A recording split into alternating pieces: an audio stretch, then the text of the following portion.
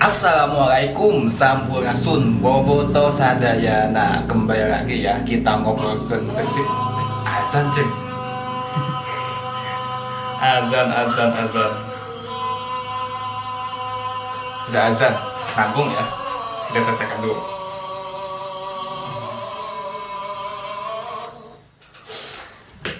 Sampurasun Boboto, semoga puasa hari ini masih tetap jalan bagi yang menjalankan, khususnya umat muslim, karena kita udah menginjak ke pekan kedua. Artinya ini puasa ke-13 ataupun 14 ya, lupa. Semalam kita habis memenangkan pertandingan melawan Persisol. Akhirnya kita kembali menang setelah kita takluk di laga El Clasico melawan Persija dengan skor 2-0 kemarin. Dan kemarin malam permainan sangat menghibur. Kita menang 1-3 atau 1-3 lewat golnya David da Silva sama Pres Butuan. Nah, ada info apa aja ataupun kita ulas fakta menarik pertandingan semalam ya. Sedikit mengulas pertandingan semalam melawan Persis. Jujur, di babak pertama Persib mainnya hancur banget. Pertama, kenapa saya bilang hancur? Lini tengah tidak berjalan begitu baik, selalu putus. Kita lihat ketika awal-awal babak pertama sampai 3 menit itu Persib terus menyerang, Persib ditekan.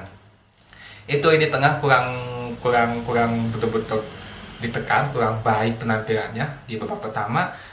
Di lini tengah itu ada Makrok, Robby Darwish sama Ricky Kambuaya. Dan tumben-tumben juga Luis Milla memakai strategi 4-4-2. Artinya memakai 4 back, Rezaldi Hanusa, terus Ahmad Rianto, Nick Kuipers sama Kakang Rudianto. Di tengahnya ada Robby Darwish, Makrok, terus ada Ciro Alves, David da Silva sama Beckham. Itu babak pertama sangat gak enak dilihat. Passing itu ngawur. Passing itu pasti salah. Ketahu kenapa? Terutama khusus Krok sama Ricky Kambuaya itu bermain passingnya itu kurang tidak seperti biasanya gitu. Robby Darwish masih mending. Robby Darwish sering main ke sebelah kanan, memang dia beberapa kali juga selalu lolos sampai ke kotak penalti. Nah, Persis main sangat percaya diri sekali. Kita lihat awal-awal babak pertama gila, Persis mainnya terus menekan sehingga di situ kita lihat ya, sampai Abduh Restaruhu itu dia sampai bisa nendang ke gawang dalam kondisi sangat bebas. Padahal di situ ada sampai 2 back ya, Nick sama Irianto. Akhirnya kita kecolongan di menit ke berapa ya? 30 berapa gitu. Lewat tendangan bebas dari Jamierson. Emang ini tendangan sangat susah ditebak dan sangat susah dihadang. Itu emang pemain ini tuh sangat gila tendangan itu. Dia tuh sering mencetak gol lewat tendangan bebas ketika masih di Persija, di Madura United, sampai ke Persis. Untungnya kita diuntungkan dapat penalti, walaupun emang pasti penalti itu banyak yang kontroversi. Dari proses penaltinya pun juga emang David da Silva dia jatuh agak sedikit lama setelah emang ada tarikan. Jadi ada tarikan dari Jamierson, terus beberapa detik serang dia jatuh. Jadi kesannya itu dia jatuhnya itu emang lama gitu. Tapi ternyata wasit punya sisi lain dan emang di situ ada tarikan terhadap David da Silva. Terus David da Silva ketika dia nendang, gak tahu kenapa, pokoknya kalau penalti dia yang ambil, pasti Boboto itu agak was-was, agak deg-degan jantung. Sebab dia beberapa kali itu sering gagal penalti, yang dimana sering berhasil juga, yang dimana gaya ambil penaltinya itu kayak gitu. Jadi dia gak tahu kenapa David da Silva kok tumben ya selalu ambil gaya penalti kayak gitu. Jadi menipu dengan gerakan loncatnya gitu. Dan tendangan pertama kena tiang, Krok masuk melambung. Dan untungnya tendangan pertama yang gagal itu bisa diulangi, dikarenakan ketika David da Silva sebelum nendang, si Jamierson kembali itu masuk ke dalam kotak penalti, dan itu dianggap oleh wasit sebagai pelanggaran ataupun tidak sah, hanya penalti diulang. Emang si aturan penalti itu konon katanya kalau sumpama itu bola masuk itu disahkan, tapi kalau sumpama bola itu tidak masuk itu tidak akan disahkan, artinya itu akan diulang penaltinya karena ada pemain lawan masuk sebelum menendang si penendang itu. Dan untungnya, dan di situ emang banyak protes dari Persis, mungkin ya wajar. Dan di sini kita perlunya ada VAR. Kalau ada VAR itu otomatis ketika ada kejadian ini langsung pemain tidak akan bisa berkata apa-apa, akan menghentikan protesnya. Tapi kita lihat di replay, emang si Jamirson itu masuk ke kotak penalti sebelum si David da Silva itu nendang. Akhirnya udah tidak disahkan, diulangi. Tendangan kedua lagi-lagi ke posisi yang sama, sudut yang sama, gaya yang sama, tapi kali ini si kipernya itu tidak bisa mendebak, artinya tidak masuk. Oke. Skor 1-1 di babak kedua. Nah, babak kedua nih sangat seru, sangat berbanding jauh terbalik antara babak 1 sama babak kedua. Babak kedua ini malah yang tadinya passingnya hancur, malah Persib yang menguasai pertandingan sehingga Persib mampu unggul 2-1 lewat David da Silva. Ini sih betul-betul emang kesalahan Jamirson ya. Dia menganggap emang dia berusaha untuk si bola itu keluar lapangan, tapi David da Silva dengan body chest-nya sangat kuat mampu mengambil bola, dan itu dia ketika dia tendang gila. Itu kiper manapun susah banget untuk menepis, bagaimanapun juga ya. Itu tendangan sangat gila, tendangan kenceng banget, gol itu. Padahal emang itulah fungsinya striker ya, punya kesempatan cetak ada tendangan gol. Dan selain itu juga emang David da Silva itu walaupun kadang-kadang suka ketika bola mudah tidak masuk, seperti ketika dia udah di kotak penalti dia nendang angin, itu sangat peluang sampai Luis Milla itu dia sampai kesel gitu, loncat ke belakang. Tapi yang namanya David da Silva tetap aja dia menjadi top skor sementara saat ini. Jadi gol-golnya pun juga sangat susah ditebak gitu. Giliran bola mudah nggak masuk, giliran bola susah masuk. Nah itu emang, dan dia juga David da Silva selama pertandingan tersebut emang sering sekali menang body charge gitu ya. Terus ada kejadian yang menit 77 ataupun 73 gitu ya.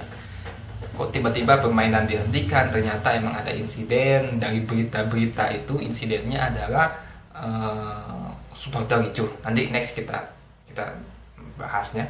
Terus di berikutnya Persib Tuan main setelah kejadian ricuh dan dilanjutkan itu selama 10 menit ditunda ya. Lanjutkan gak lama, 2 menit Persib Tuan masuk, itu cetak gol dia menusuk ke dalam, shooting kenceng, masuk. Dan lagi-lagi kiper manapun sangat sulit untuk menahan tendangan seperti itu.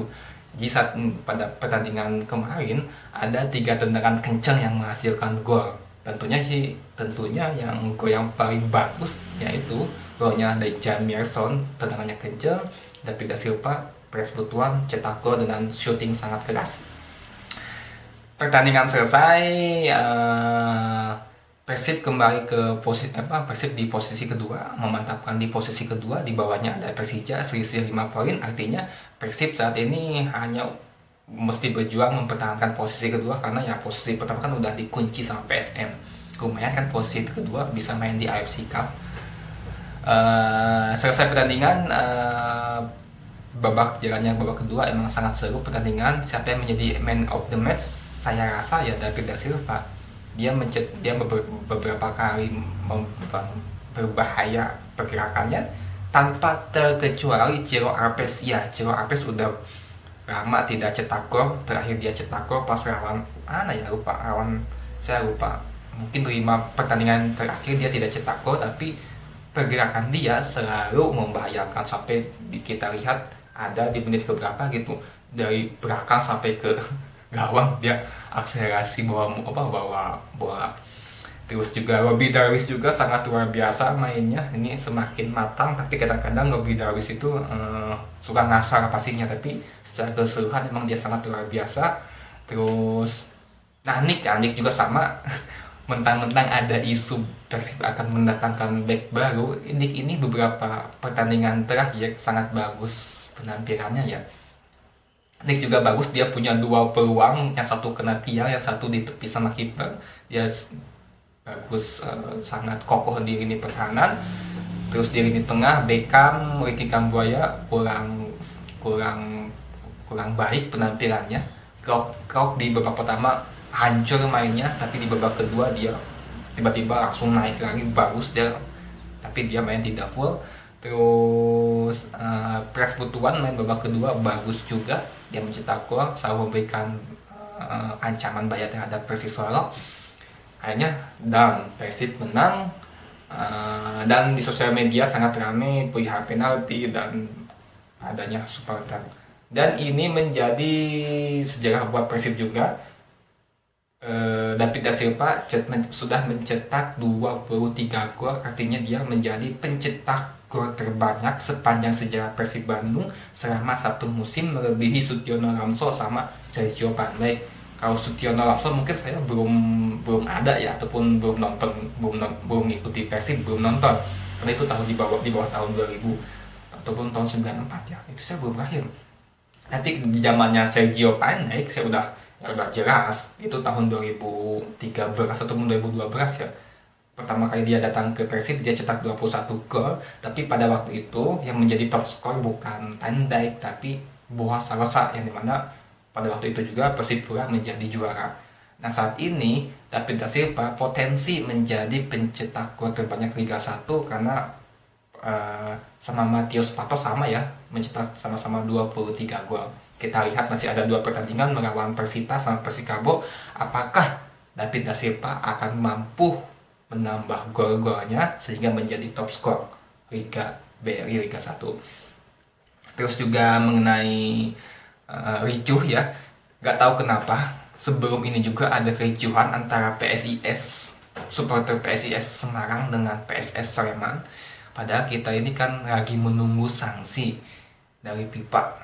Dan sebelum itu juga kita sudah mengalami tragedi yang sangat buruk, yaitu Kanjuruhan, karena emang ulah supporter juga, sehingga menyebabkan banyak meninggal akibat tragedi tersebut.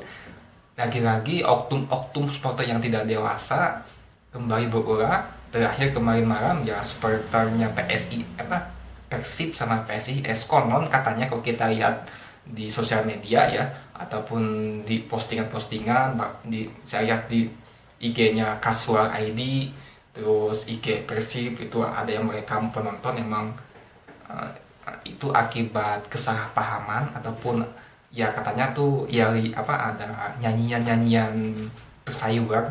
Terus supporter Persis tidak terima, akhirnya dia membalas. Seharusnya sih sebagai tamu tidak patut juga ya, selama pesayuran itu emang tidak menimbulkan kontak fisik, itu bagi aku dan tidak rasis ya, itu aman-aman aja ya. Memang mereka langsung tiba-tiba mereka ambil kursi, merusak kursi stadion, emang stadion itu si kursi dilempar. Jadi kalau saya lihat di postingan ini kan super tribunnya Persis supporter, di sini kosong tribun, sini Persis, jadi kursi itu saling lempar dan ada petasan. Artinya ketika petasan masuk ke dalam stadion, ini asumsi saya, berarti itu para supporter ataupun oknum tersebut emang sudah ada niat ingin membuat kerusuhan ataupun kericuhan. Artinya apa? Bayangkan aja, misalkan kita bertamu kepada tetangga ataupun ke rumah saudara kita, dan kita bertamu, kita merusak kursi, membawa petasan, membawa senjata, artinya kita memang ada niat. Nah itu enggak ya, saya berasumsi ya mereka yang membawa petasan sudah ada niat ingin membuat kericuhan di dalam stadion. Kalau nggak ada niat pasti itu nggak akan bawa petasan, nggak akan ada lempar kursi. Ya udah, sebagai supporter tamu ya udah diem aja, selama tim supporter tuan rumah tidak mengusik ya udah aman-aman aja.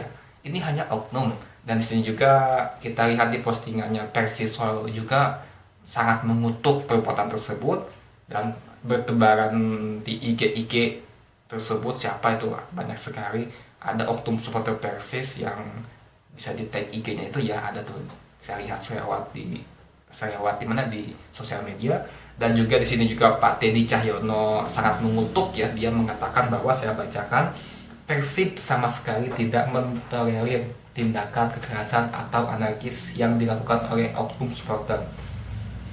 Persib selalu menjunjung tinggi sportivitas baik di dalam maupun di luar lapangan untuk menciptakan iklim sepak bola yang damai, aman dan nyaman, kata Pak Teddy Cahyono. Jadi ya saat mengutuk ya kedua tim, artinya perasaan supporter Persib Bobotoh ataupun Pasopati itu nggak pernah ada gesekan deh, aman-aman aja. Tapi kenapa ada oknum yang berusaha untuk membuat suasana menjadi panas, padahal kita baru saja baru saja mendapati ataupun kita mengalami tragedi di Kanjuruhan ya. Semoga supporter tersebut oknum tersebut ya bisa segera tobat, ini bulan puasa. Banyak-banyak bertobat. Apalah artinya terlalu fanatik dengan sebuah klub, toh menang ataupun kalah juga kita tidak akan rugi ya. Kita menonton untuk senang-senang aja, happy aja. Kusuma kita tim kita menang, yaitu bonus buat kita ya, senang karena tim kebanggaan menang. Tapi kalau kalah ya udah, akhirnya kita nonton kan untuk mencari hiburan, untuk mencari perang ataupun sebagainya gitu ya. Terima kasih, kita diskusi di kolom komentar. Bila mana yang tidak sependapat dengan apa yang saya ucapkan, kita diskusikan. Jadilah supporter yang dewasa, supporter yang menikmati sepak bola ketika datang ke stadion. Sampurasun, wassalamualaikum warahmatullahi wabarakatuh. Dah.